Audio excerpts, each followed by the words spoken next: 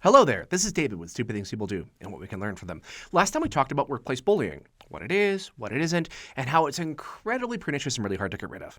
Like a tick. Which brings us to our Telios recommended solution, a lighter. Joking, of course. You're apparently not supposed to use lighters on ticks, and using them on on-office bully, while hilarious, is likely to result in unintended consequences. So if we can't set them on fire, just what are we supposed to do with workplace bullies? Well, there's two big steps. 1, identifying them. 2, confronting them. See, without the possibility of escalating the conflict into bully flambe, if you're the victim of a bully, it's really hard to know how to appropriately respond. It's a high-stress situation, and most people, and especially those targeted by bullies, aren't going to be great at that sort of conflict. By comparison, people who seek out those sorts of conflicts often thrive on them. But that strength is also their weakness. As I said, bullies thrive on conflict, but they thrive on a very specific kind of conflict. One with easy victims, which is to say, isolated victims. Bystander intervention, by way of directly confronting bullies, takes away the bully's safe space. E.g., it protects the isolated victim who doesn't know how to respond. It removes the isolation from the equation. This not only helps redress workplace bullying, but it can help stop it from happening to begin with. But there's a trick there. You need to identify the bully, and you need to correctly identify the bully. It's not unheard of for bystanders to intervene, but to accidentally intervene on behalf of the bully rather than the victim. And why is that exactly? Well, people who are easy to socially isolate are usually that way because they're already pretty isolated. They may struggle to make workplace friends, and they don't often strike an empathetic figure among their peers. I'm having a hard time spelling it out. Fortunately, I don't need to. We have a truly iconic example of what I'm talking about in pop culture, which is to say, Dwight Schrute. He is awful. So awful, it's hilarious. And one of the reasons he's hilarious is if you've ever been in the workforce for more than like a year, you've met at least one Dwight in your job, and you know exactly how pleasant that experience can be. But Dwight's accurate parody of the workplace pariah and his general lack of social graces didn't change a particular dynamic. That dynamic was Jim. Jim dealt with Dwight inflicting his existence on the workplace via an endless menagerie of office pranks. These ranged from putting Dwight's stapler in Jell-O to relocating Dwight's office into the men's restroom to gaslighting him with messages from the future. While these are all hilarious and creative and great for the audience, they're also all textbook examples of targeted and isolating harassment. While they're not based on protected characteristics and therefore not illegal under federal law, they could still be pretty destructive to the workplace. Which, I mean, that's kind of the whole punchline of The Office. Things that are destructive to the workplace. This would be like me watching a Michael Bay movie and wisely announcing the real important thing here is the explosions. But blindly stating obvious things aside, what I'm trying to highlight is something very specific.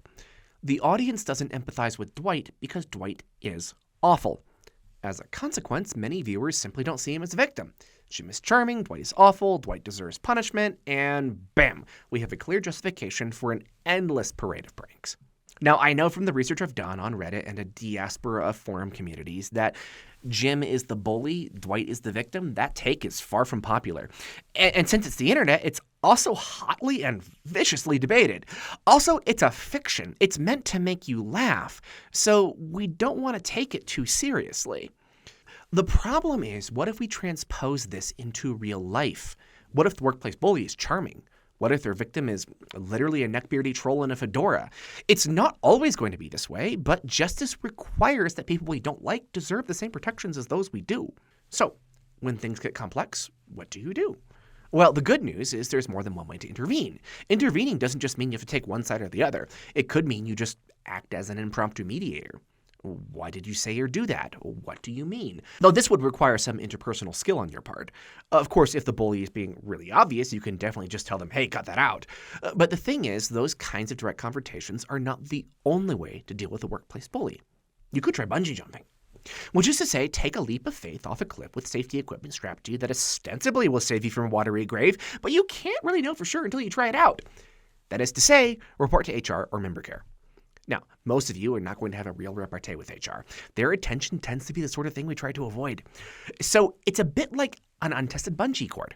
If it fails, it feels like there could be some real serious consequences. Again, see bungee equipment. So taking that leap of faith feels like it's going to do one of two things. It's either going to work as described, or we'll find out exactly where the flaws were in the system after the fact. The good news is that unlike bungee jumping, you have a backup parachute. Wow. I really should have done that analogy to begin with. But yes, in this case, your bungee cord has a parachute. That parachute is the law. Now, the law in this case is going to vary wildly by jurisdiction, but the key thing to note here is that retaliation is illegal. We've done a whole series on this topic before and spoken at length about it in our main training, but at a high level, if the bullying has to do with something related to Title VII, e.g. race, color, religion, sex, or national origin, or if it has to do with ADA, e.g. disabilities perceived or otherwise, or if it has to do with OSHA, reporting to HR and member care on those issues, it's protected under the law, and retaliating against reporters is very illegal. And even if it doesn't have to do with those specific domains, several states and many European jurisdictions have anti-bullying laws specifically addressing workplace bullying. So, tying this all together in a beautiful bow, workplace bullying is hard to deal with when you're the victim of it. Because of this, bystanders need to intervene on behalf of victims. Intervening can be very hard to do because sometimes it's hard to identify the victim correctly. You should always report bullying to member care or HR, especially if it's ambiguous who is the victim. And if we're being realistic, this doesn't always work. It should, but it doesn't always. And when it doesn't, it's important to be aware of your legal recourse. Now, I know that sounds scary. I'm not giving you an assured, if you follow this, all will be well kind of path, because I'm not in the habit of lying to you guys.